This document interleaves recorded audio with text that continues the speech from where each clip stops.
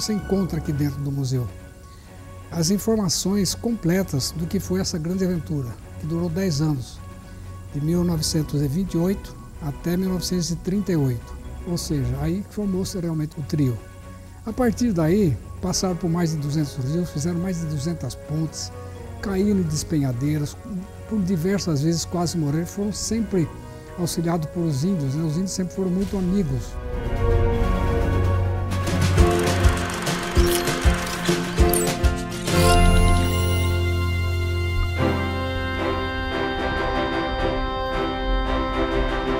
O prédio onde nós estamos aqui contém dentro de suas paredes aquela que é considerada a maior aventura sobre rodas do homem na Terra. Nós temos o espaço, os astronautas chegando à Lua. No mar nós temos diversas, uma delas é com a Mirklink, que uns mais de 100 dias no mar, sozinho, num barco à vela. E na Terra tinha algumas, mas esta é a considerada a maior aventura, dado aos fatos e o momento que aconteceu.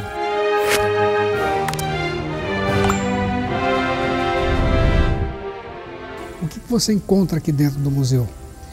As informações completas do que foi essa grande aventura, que durou 10 anos, de 1928 até 1938. Uma aventura louca, os três. Leônidas Borges de Oliveira, ele era da reserva do Exército Brasileiro. Francisco Lopes da Cruz, um conhecedor de engenharia, ele não tinha formação, mas sabia trabalhar com teodolito, sextante, bússola, para poder fazer o traçado, que o interesse dessa viagem era exatamente fazer isso. Era fazer o traçado, a ligação das três Américas por uma rodovia, que é o pan-americanismo. É um desejo já de quase 200 anos, mas ninguém se propunha a fazer. O Leônidas fez esse projeto, convidou o Francisco, porque o Francisco sabia trabalhar com os instrumentos, porque o objetivo maior era fazer o traçado.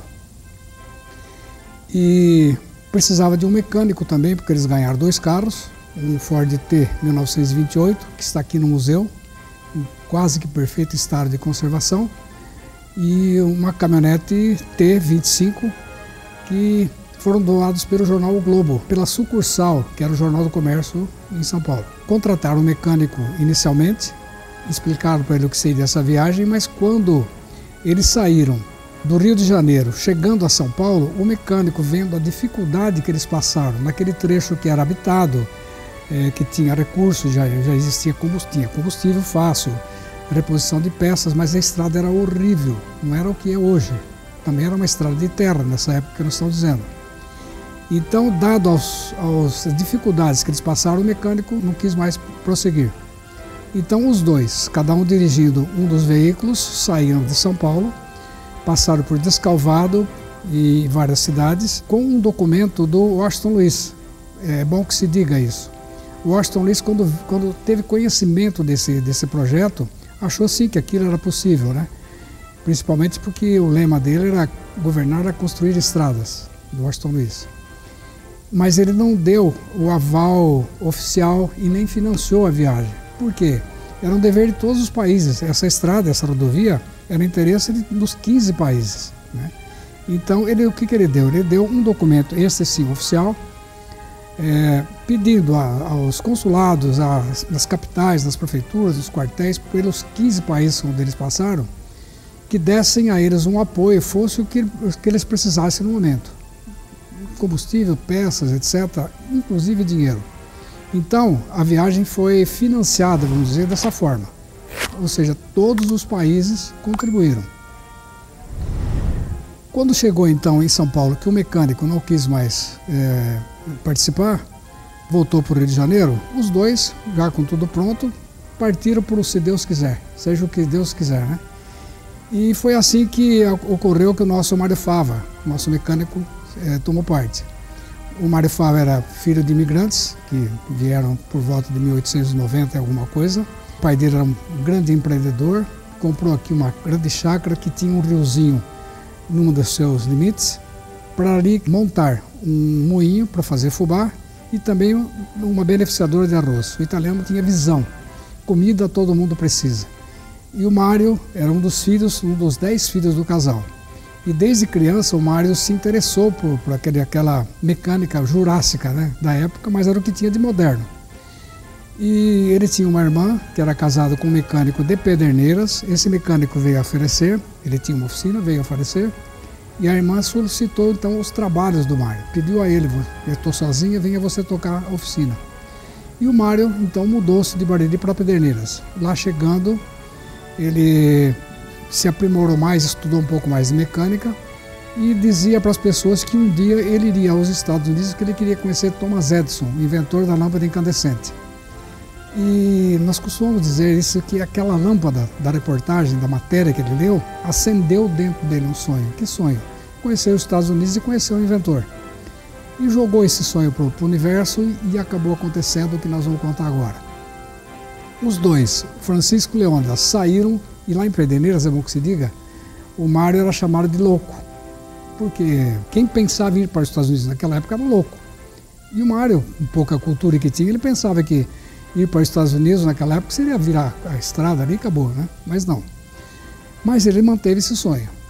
Quando os dois, o Leônidas e o Francisco, pararam em Pederneiras para ir na prefeitura e solicitar algo do prefeito com aquela carta, conversando, um deles disse que eles estavam indo para os Estados Unidos. Alguém ouviu, correu, chamou o Mário, que a oficina ficava próxima ali. O Mário parou com tudo que estava fazendo, foi até a prefeitura e se ofereceu: eu também quero ir. Estou sabendo que vocês vão para os Estados Unidos, eu também quero ir. Mas o que você faz? Eu sou mecânico. Ou seja, aí formou-se realmente o trio. A partir daí, milhões de dificuldades. E foram 10 anos. Tiveram que passar por mais de 200 rios, fizeram mais de 200 pontes, caíram em despenhadeiros, por diversas vezes quase morreram. Foram sempre auxiliados por os índios, né? Os índios sempre foram muito amigos, sempre colaboraram muito. Tanto que se não fossem eles em pelo menos 6 ocasiões, essa viagem não teria sido possível. Nesse meio tempo ocorreu algumas curiosidades que a gente gosta de dizer, que é para provocar as pessoas a virem conhecer o nosso museu. Uma delas, por exemplo, no alto, a mais de 4, 5 mil metros de altitude, na Cordilheira dos Andes, pelas quais eles passaram 4 vezes, acaba o combustível, o óleo lubrificante e as câmeras de ar. Pararam numa aldeia indígena, o Mário viu os índios tomando uma certa bebida e ficando muito alegres, quentes, aquecidos por causa da altitude. E ele quis experimentar, e ao experimentar ele sentiu um alto teor de álcool, etanol, naquela bebida muito forte, mais forte que a nossa cachaça. Era a cachaça dos índios, que é chamada de chicha. Perdido por perdido, ele tentou fazer aquilo que surgiu na sua mente. Porque em Pederneiras, quando ele estudou um pouco de mecânica, ele viu ali que em determinado momento, que uma reportagem está me dizendo que um dia o álcool poderia ser usado como combustível. Ele colocou a chicha, misturou com um pouco de querosene, colocou e o carro funcionou. Então ele resolveu o problema do combustível, porque daí até 400 quilômetros à frente, onde eles foram achar os outros elementos, cada aldeia indígena era um posto de combustível. O óleo lubrificante, isso também é bastante curioso. Abateram um pouco do mato, lhama, derreteram a banha, misturaram com querosene, colocou no cárter e essa charretinha com motor funcionou. E assim foi. Então as dificuldades foram terríveis em todos os aspectos. Caíram de despenhadeiro de mais de 500 metros de profundidade. Como eu disse, passaram por diversos rios. Quando saíram da Colômbia para entrar no Panamá, ali tem o Estreito de Darien. É um local até hoje intransponível. Hoje, com a tecnologia, com a engenharia de hoje, isso seria possível. Mas existe uma lei que proíbe a construção de estrada ali. Mas eles tinham que passar, era um pântano. E não tinha outra solução, eles tiveram que desmontar os 2 veículos. Desmonta, coloca em placas de madeira, no lombo de animais e foram empurrando aproximadamente 90 quilômetros. Descarrega, monta de novo e consegue continuar a viagem. Daí, na América Central, não tiveram assim grandes dificuldades, mas sempre com problemas, até chegar ao México. No México, quando chegaram, os carros estavam parcialmente destruídos. E o presidente do México, de presente para os 3, mandou reformar os 2 carros. E daí entraram nos Estados Unidos e, chegando nos Estados Unidos, encontraram com Eliot Ness. Nós temos, nesse momento, o Eliot Ness era aquele delegado, né, da Polícia Federal dos Estados Unidos, que prendeu Al Capone e acabou praticamente com a máfia naquela época. O Eliot Ness assinou uma autorização para o Mário poder dirigir nos Estados Unidos. Olha com que pessoas que eles estiveram, que se encontraram. Foram também a Detroit, conheceram o Henry Ford, que era o fabricante e o inventor do carro, que deve ter ficado super emocionado de ver 2 veículos fabricados por eles, montados por eles, já terem percorrido esse tanto de quase 10 anos de viagem, né, praticamente, e estarem no estado que estavam.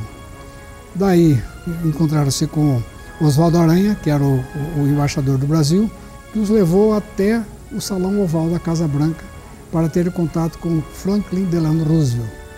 O Roosevelt, nesse momento, era o homem mais forte do mundo, porque naquele momento os Estados Unidos estava próximo, isso de 37, final de 37, 38, os Estados Unidos já estava se aprontando, se preparando para entrar na Segunda Guerra Mundial.